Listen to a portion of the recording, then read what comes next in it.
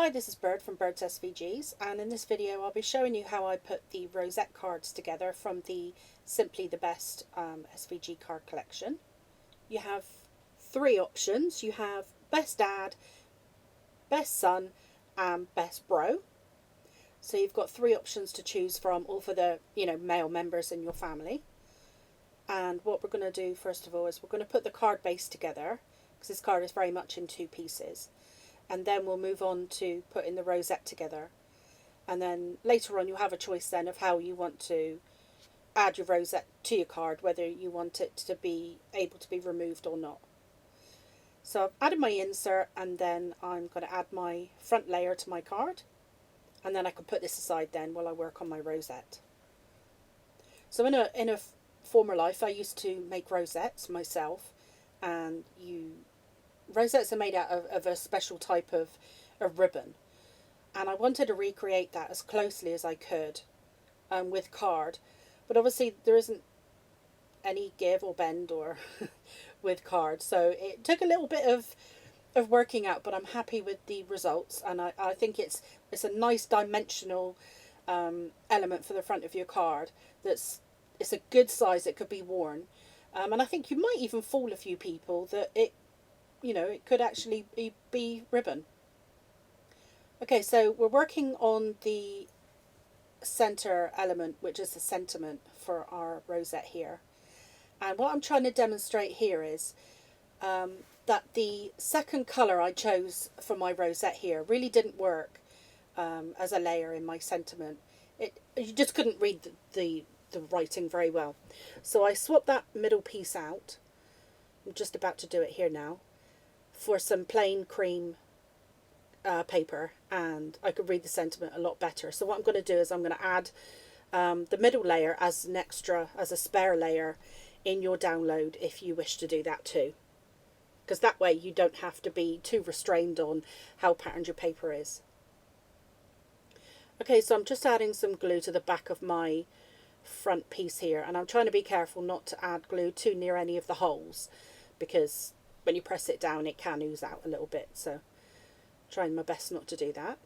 And then I'm going to layer these three pieces up directly on top of each other, and then I'll set them aside to dry, because as you know, when glue dries it hardens, and this will be quite a nice solid centre for our rosette once it's completed.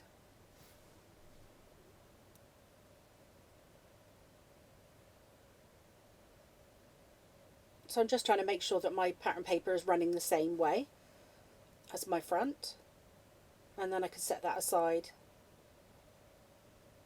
and I'll work on my tails.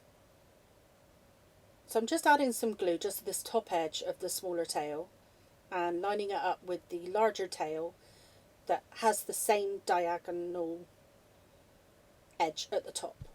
So you don't want to add glue all of the way down, because you want the pieces to kind of hang a little bit separately to mimic ribbon. So I've just added a tiny bit at the top, and then I'll group those two together by crossing them over, lining up that top edge again, and I'll just have to add a small piece of glue across the top, because again you don't want this to be solid, you want it to almost look free-flowing. And then once I'm happy that glue's taken hold, then I'm just going to mould the tail slightly in my hands. So I'm going to make it look like they're bowing down, and then the tails are kind of flicking up a little bit, almost as though it's ribbon and not paper. Next we're moving on to our backing piece for our rosette, and this comes in three pieces. You've got two small circles that you want to stick together, and then you want to stick these right into the center of this larger circle, and this will make sure that later on when we glue our rosette to it, that it will keep it nice and round. And again, we'll set this aside until we need it later. Okay, the next step is to work on our strips that will become what would be our pleated ribbon. And to do that, what we're going to do is line the bottom edges on both sides with some double-sided sticky tape. I found this was the best method. I tried first of all with glue. You can certainly glue each piece as you go if you'd like, but this is much quicker and easier. Okay, so I'm just following the curve along the bottom because I want as little attachment as I can, so the rest of the strip flares out as fabric would. So I'm just going to carry on now, and I'm going to line the bottom edge on both sides of all 6 pieces.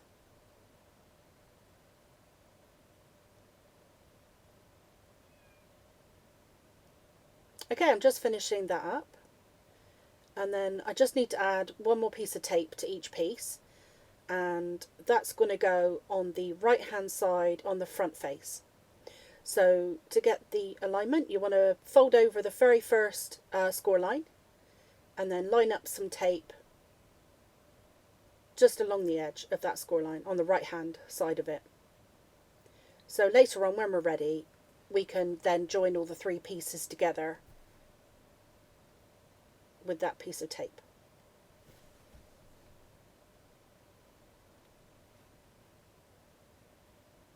First of all, we'll be folding along all of the score lines and getting our pieces ready before we actually attach them together. So what we'll do is we'll fold along all of the score lines, but we need them to be folded in a certain way, and that's to make almost like a castellated effect. So you need to fold twice down, then twice up, then twice down, then twice up, like a 2 mountain folds and 2 valley folds and 2 mountain folds and 2 valley folds. So you want to start with your first one being a mountain fold, and then you go to 2 valley folds, then 2 mountains, then 2 valleys, and onwards.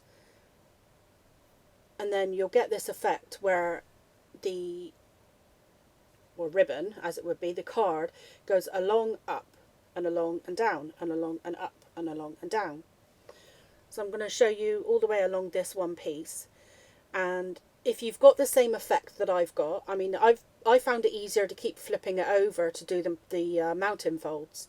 So don't be afraid to do that. And then what we're doing is we're kind of training the pieces where they will be going when we take the tape off. And it'll make it a lot easier when we come to do that.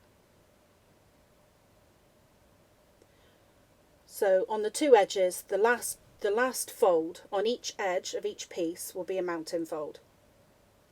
So you know you've done it right. Okay, so I'm going to add these pieces together now.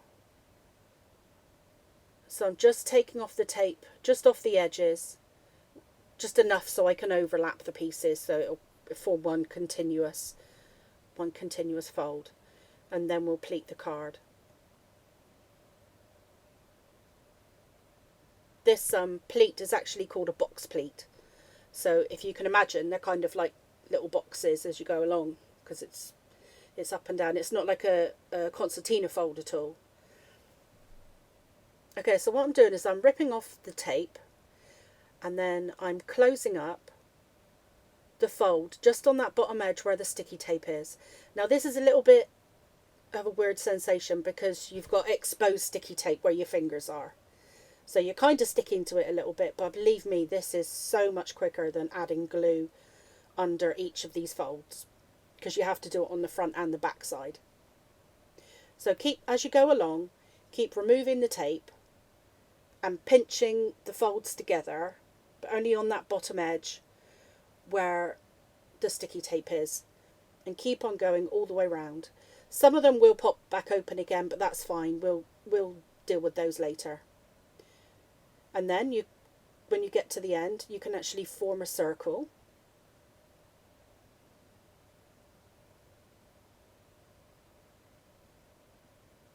And you can see there, some of my pieces are popping back open again. And they will do that. That's nothing to worry about. So what I'm going to do now is I'm going to take that backing piece and I'm going to add some glue. I'll add a couple of rows actually. I'll add one quite close to that middle piece of card. And then some more rings a bit further out. And I'm using that inner circle, that smaller circle, as kind of like something to butt up to, and to make sure that my rosette is perfectly circular, because it can kind of, if you're not careful, go a little bit oval in places. So I'm just pinching it and making sure all of the folds are there together, and then I'll put a bit of a weight on top of it. So I just took an old empty jar and my glue and popped it on top, and I'm setting that aside just for the glue to take hold. So now I'm starting with my inner ring, which is a narrower band, and again I folded it all, starting with the mountain fold, then 2 valleys, 2 mountains, 2 valleys, 2 mountains, to get that castellated effect, that box pleat effect. I'm taking up the pieces of tape on the ends and forming a continuous piece of card. And then again I'm taking off a little bit of tape at a time, and then I'm pinching the pleats into place just at the bottom edge there where the tape is. I know it's a strange sensation doing this because you've got your hands on the sticky tape, and it's a bit odd, but it does work. So continue all the way around, pinching the pleats together. And then when you get to the end, you can form your circle.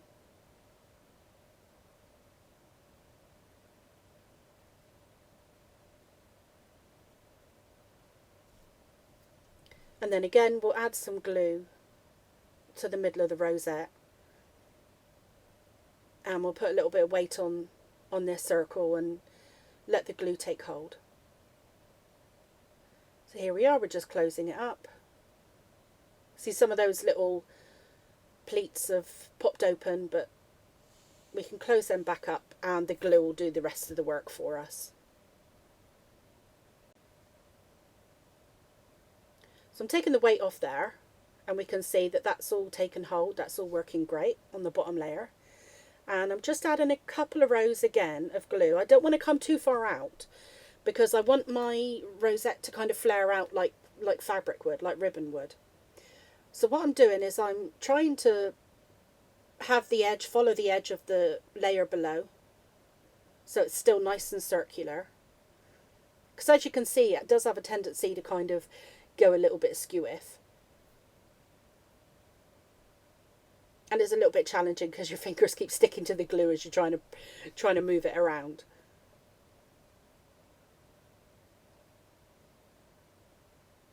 And then when I'm happy with that, I'll put a weight on top and set that aside for a moment again. Okay, when I'm happy that the glue was set a little bit, I'm going to add my tail. So what I'm doing is I'm bending up the top edge where that glue is, adding some glue,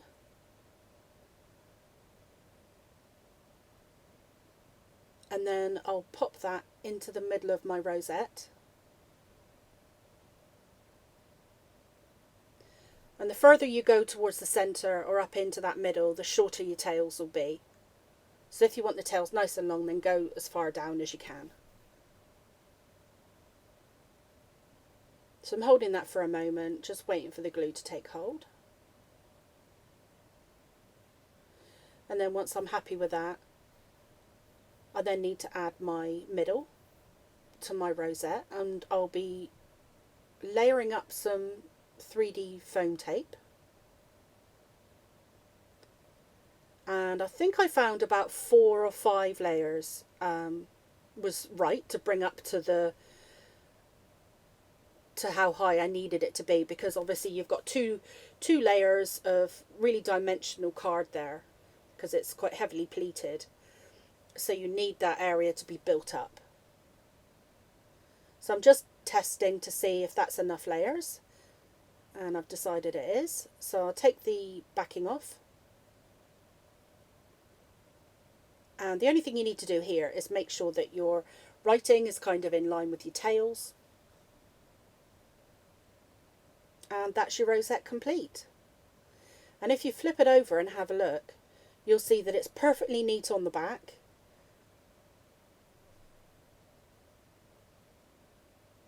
And it's nice and presentable front and back. So if you do decide, you know, to take it off and use it for something else, then it's there's nothing to worry about there. What I'm choosing to do with this particular rosette is I'm adding some repositionable like temporary glue dots to the back. So it could be removed later on and used for another purpose. It could be perhaps worn with a pin, or it could be, you know, your dad might want to take it off the card and keep it as a keepsake, pop it in his garage or in his office, or so you can do what I've done here and add some repositionable glue dots, or you could add some permanent ones or some 3D foam pads if you're happy for it to be on there permanently, or some silicone gel. Any dimensional adhesive would be great there. And here's the 3 cards that I've made up from this kit. They're all from, you know, different colorways, just to show you the different looks that you can get. And here is the box envelope that comes as part of the kit. As these are quite dimensional cards, I thought it would be nice for you to have some box envelopes to go with them, because the cards worked out at nearly 3/4 of an inch thick, and so I think in this box envelope it really looks more special as well. So we're just folding along all of the score lines at the moment, and the plan is for the 3 score lines on this backing piece will end up on the inside of the card, or the inside of the envelope. So I'm just adding some glue onto that bottom tab there on the front of the envelope, and then I can flip the back up and use that almost like a hinge.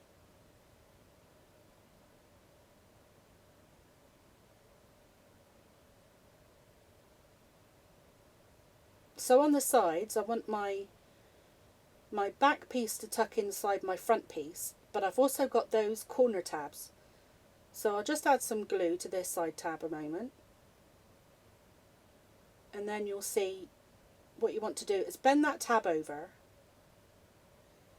and then kind of flip the side flap over the top of it, if that makes sense.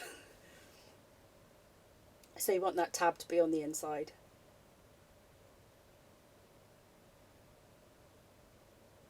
We'll do the same on the other side in case that wasn't very clear.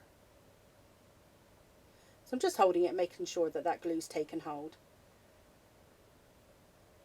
And then again we'll add some glue to that side flap. And then that little protruding tab, we'll need to tuck that in the gap before we close up the side.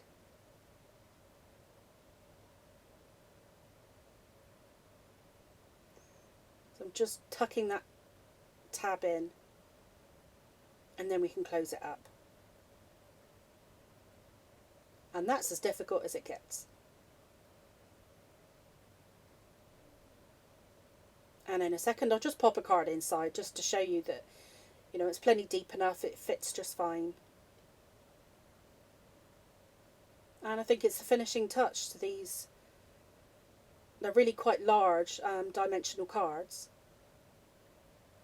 and I hope the male members of your family really enjoy receiving them.